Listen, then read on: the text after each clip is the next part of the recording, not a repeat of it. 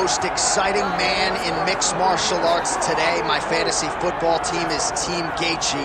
Justin Gaethje, since signing with the UFC a few years ago, has absolutely taken this promotion by storm. And he's only in main event. He's only in main event because, you know, when you put Justin Gaethje at the top of the marquee, people will show up to watch in the arena, but they will also tune in on their television sets, on their computers, their laptops, on your PS4 or your Xbox, regardless of the console. People will show up to watch Justin Gaethje fight. All-action fighter, has great wrestling, but it's his boxing and his leg kicks that has truly made him special to fight fans all around the world.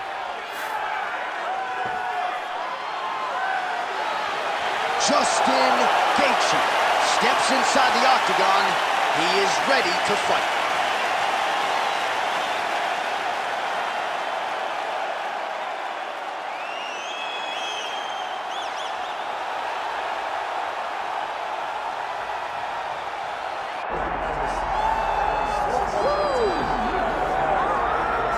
Well, you can argue this is the single hardest belt in the UFC to defend.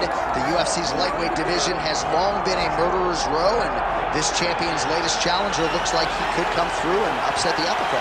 We were talking to him the other day, and I asked him about the fight. He goes, DC, nothing surprises me, because every time I go in there, I fight the toughest, scariest opponent.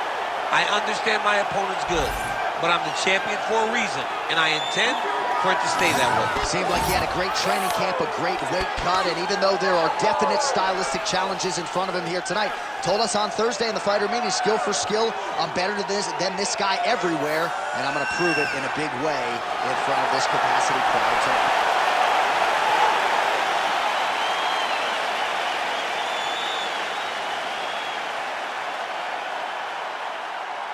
Our tale of the tape for this lightweight championship fight. All right, now for the particulars, here's Bruce Buffer. Ladies and gentlemen, this is the main event of the evening.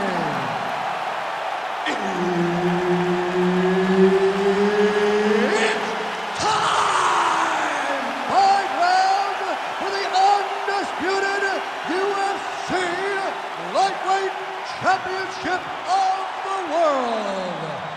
Introducing first, fighting out of the blue corner, presenting the challenger, Justin the Highlight Gaethje. And now, introducing the champion, fighting out of the red corner, presenting the reigning, defending, undisputed UFC Lightweight Champion of the world, Ilia Topuria.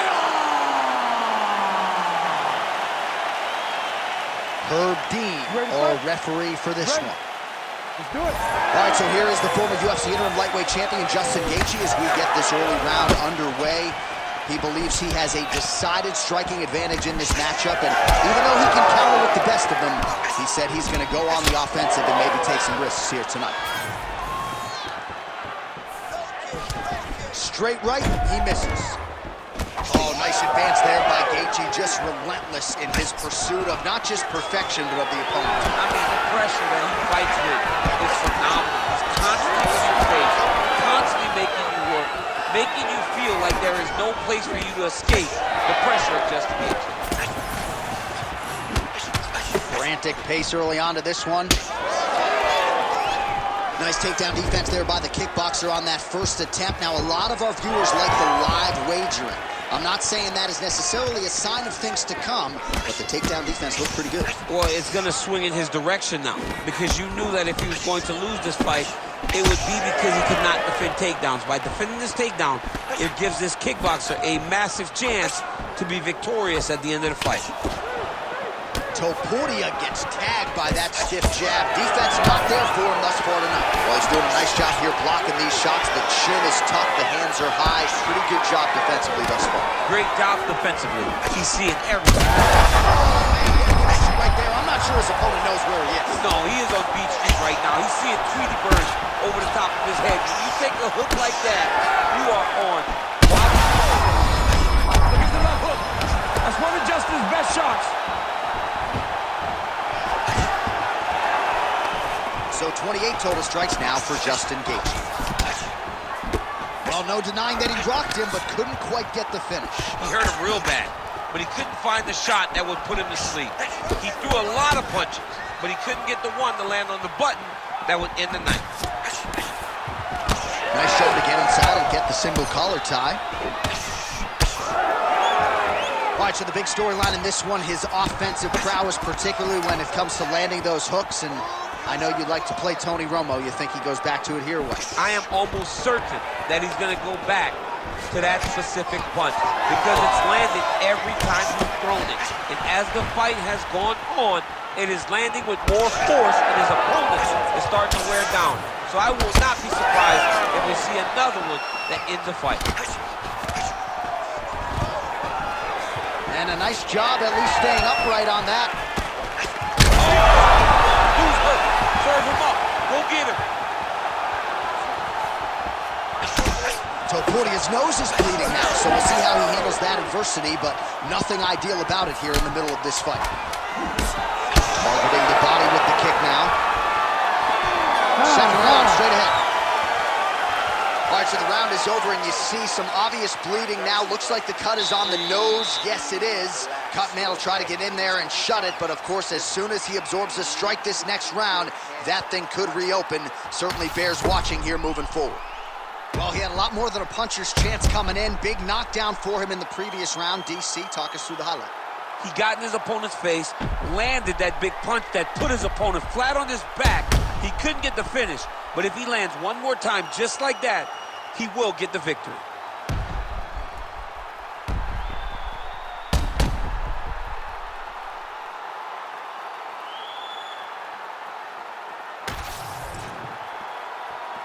You ready to fight? You ready? All right, round two. Oh, nicely done to block the strike and counter with the jab. There's the leg kick, that one checked by Ilia Topuria.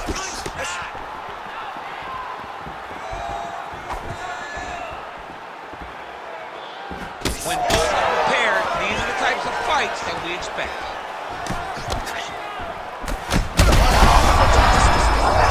His opponent's really on the ropes. His opponent's on Beat Street. He's hurt so bad. I don't know what he's going to do to stay in this fight. Topuria's going for a choke. Oh, gotta protect your neck. Guillotine choke is locked in. Oh, he got out. How good is that? This guy is so aware. He never leaves anything long to allow for himself to get subbed. All right, working inside his opponent's guard here.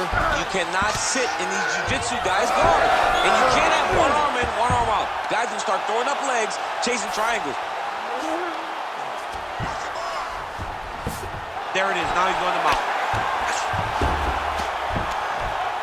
Under 3 minutes now to go in the round.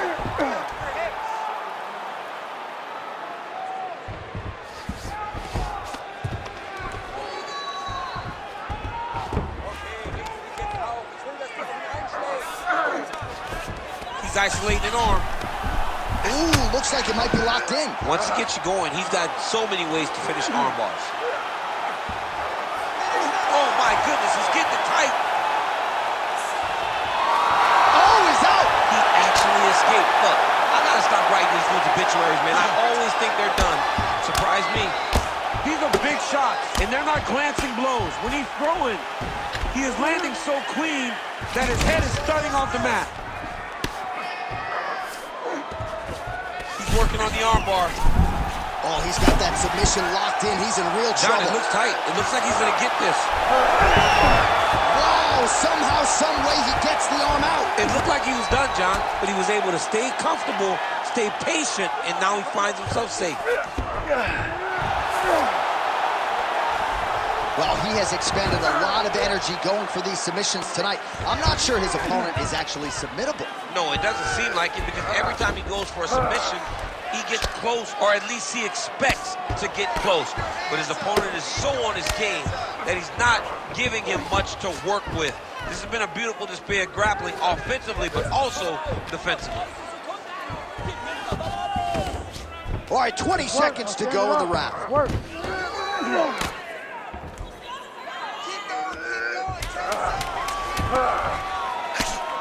Topuria getting absolutely worked here from the top. Let's see if there's an uptick in his urgency here as he tries to get back up. All right, there's the horn, and what a round it was for him, DC. And look at him walking back to that corner. He's feeling himself a little bit. Oh, he's feeling himself, and look at his coaches. They're all celebrating because they know that if they stay the course, if they do the exact same thing, they may be able to find the finish this time.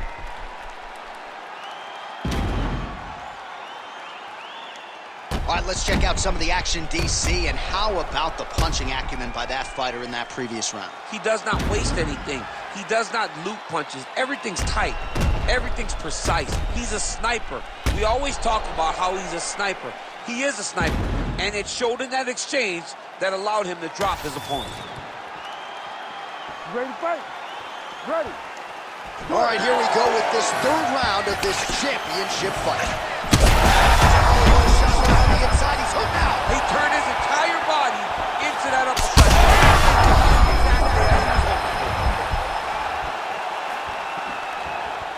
All right, so the uppercuts have been a big part of the storyline in this one, but the setups have really... These guys are absolutely getting after it. Huge shots landing on both sides.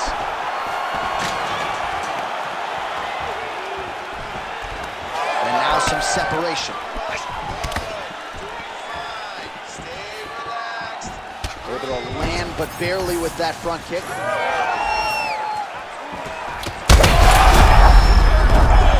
Oh, massive diving punch, flush to the head.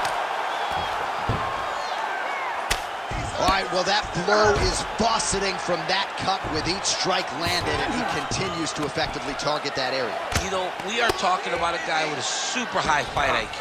So when you give him that blood, that crimson red is nothing more than something that inspires him to continue doing what he's doing. So you have got to change something. You got to get your head moving so you're not taking too much damage to that cut.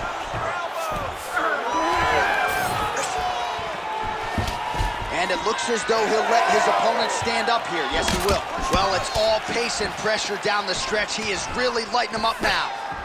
Topuria is blocking well now. Made the adjustment, protecting what is an already damaged nose. Straight punch is true.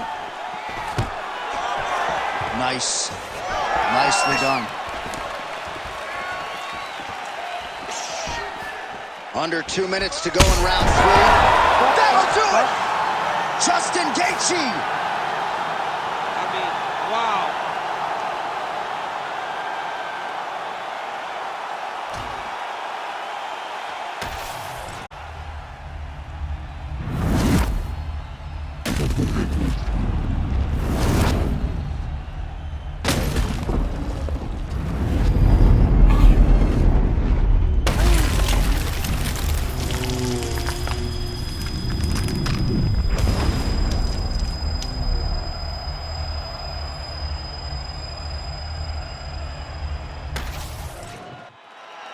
Bruce Buffer has the official decision. Ladies and gentlemen, referee Herb Dean's called a stop in this contest at 3 minutes, 4 seconds of round number 3. Declaring the winner by knockout and new UFC lightweight champion of the world, Justin the Highlight Gaethje.